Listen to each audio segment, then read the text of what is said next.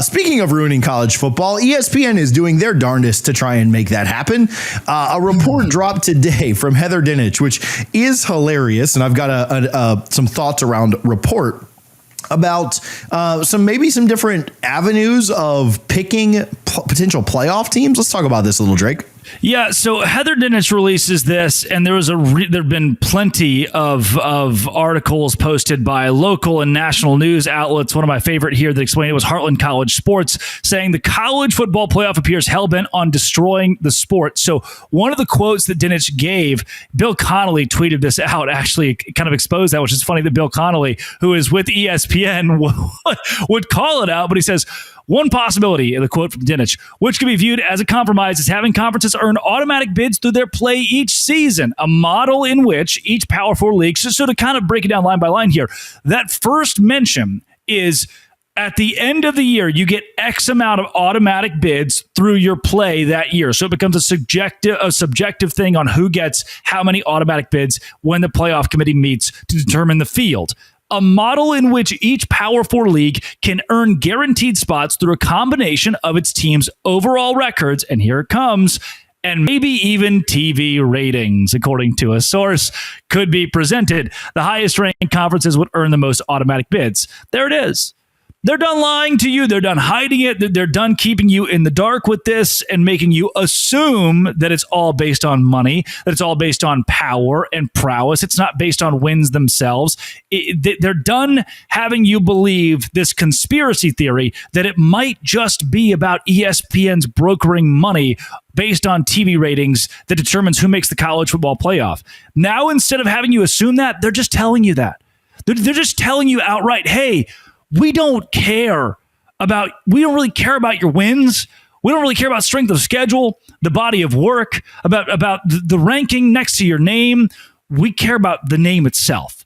We care about your affiliation with the SEC, your affiliation at the top of the Big Ten, your affiliation with major TV networks in the country. The biggest TV network in this conversation is ESPN. They are the ones paying for the college football playoff rights. They are the ones paying big money to keep the SEC alive and well and keep the SEC thriving. And now they're telling you the best way they can rig this is to just have TV ratings, their own ratings, where they pump up SEC teams, determine who goes to the college football playoff. So now the SEC has 5 auto bids. The Big 12 has 1. So that 11 or 12 win Big 12 team gets left out because the 5th best team in the SEC, who went 9-3, gets an automatic bid. Not because they won a lot of games, not because they looked good doing it. They still lost to 6-6 Vanderbilt and 5-7 Oklahoma or whoever.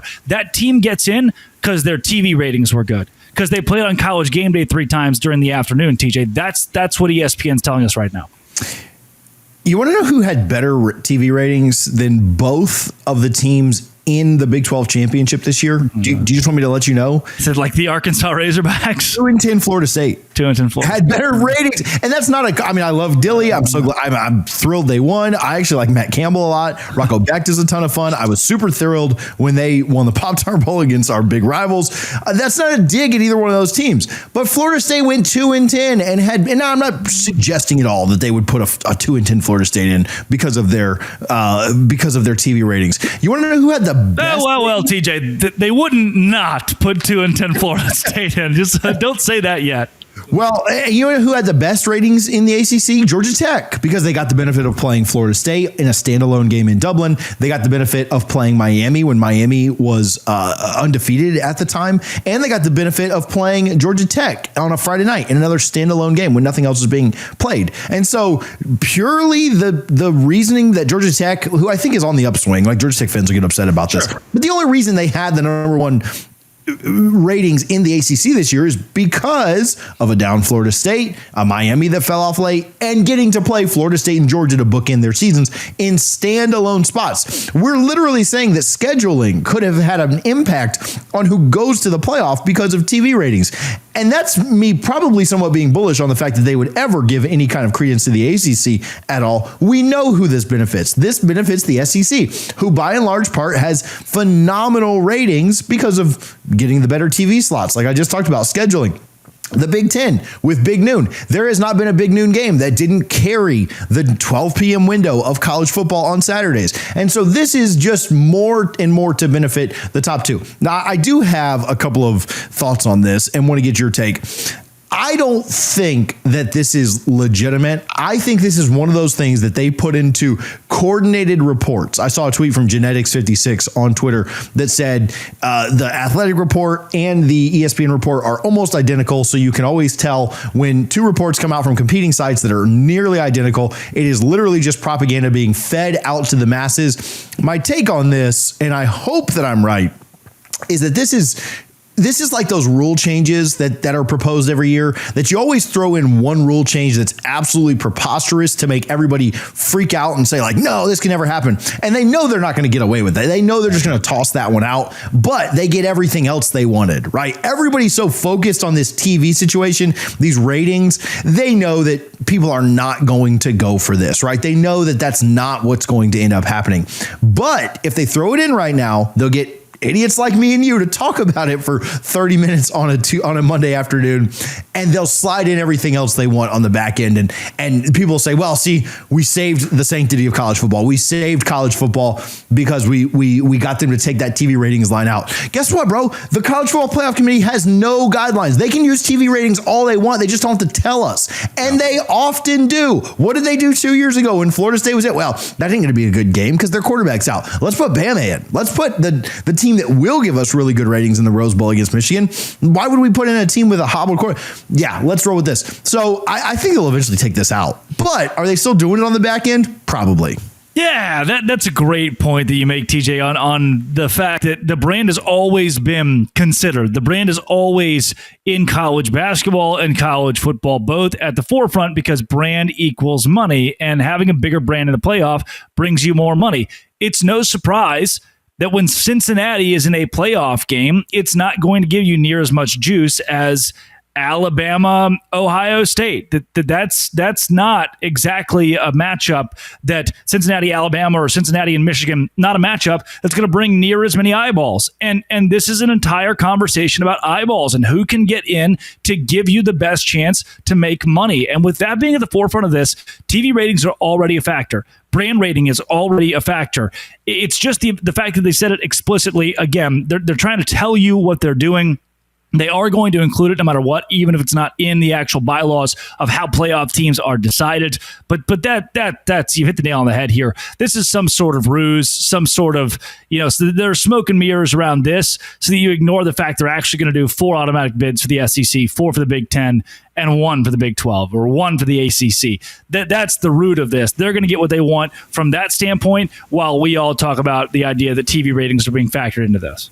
Yeah, it totally feels like just an absurdity to throw in. I always find it funny when Heather Dinich reports on, sources are telling me when ESPN, who controls the playoff committee, and she is a reporter for, she literally used to work for the ACC. Now, because that's a dying conference, works directly reporting on what the College Football Playoff Committee is thinking. It's always funny to me when she says, I'm hearing this, or sources are telling me this, like she's not just a paid mouthpiece for them. And then for the Athletics to come out with their article basically confirming everything that she said was pretty interesting. But yeah, I don't think they'll use TV ratings like we're saying, but they will, right? Yeah. They absolutely think of it. They absolutely consider it. It's absolutely part of what they do. They're just not going to tell us. And it will forever be what they do, right? There's no doubt about it.